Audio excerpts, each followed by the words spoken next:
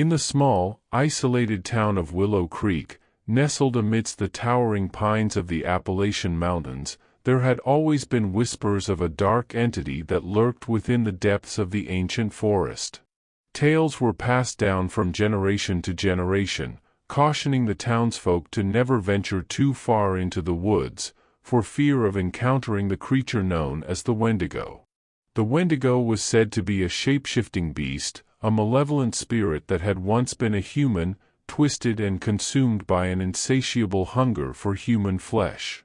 Legend spoke of its glowing eyes, its razor-sharp claws, and its haunting wail that could echo through the trees, striking fear into the hearts of even the bravest souls.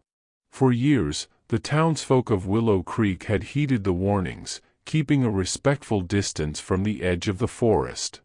But as time passed, the fear of the Wendigo began to fade, replaced by a sense of complacency.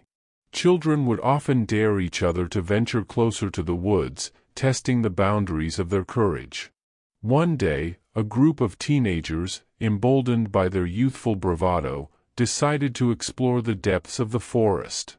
They laughed and joked as they ventured deeper, dismissing the old tales of the Wendigo as mere superstition.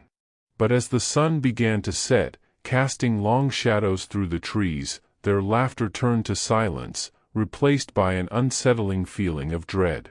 Suddenly, a blood-curdling scream pierced the stillness of the forest. The teenagers exchanged terrified glances, their hearts pounding in their chests. They turned to flee, but the path they had taken was gone, replaced by a dense thicket of thorns and branches. Panic gripped them as they stumbled through the undergrowth, the sound of the creature's haunting wail growing closer with every passing moment. One by one, the teenagers were picked off, their screams swallowed by the darkness. The forest seemed to close in around them, the trees reaching out like skeletal arms, eager to ensnare their prey. The creature's presence was palpable, its icy breath brushing against their necks, its malevolent eyes glowing in the darkness.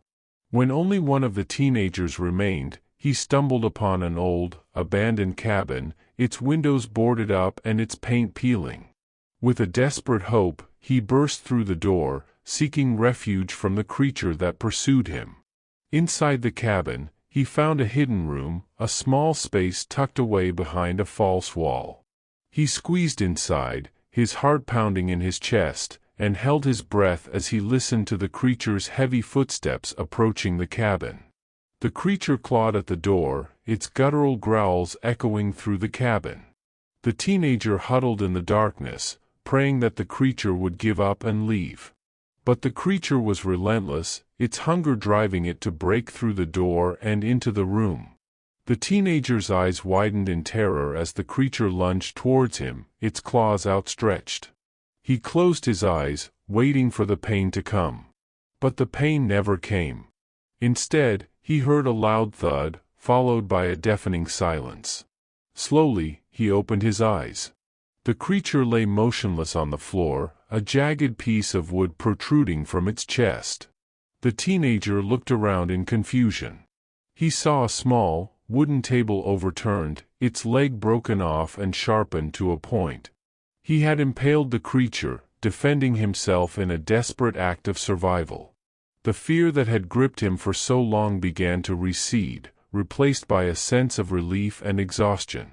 He had survived the encounter with the Wendigo, a creature that had haunted the tales of Willow Creek for generations.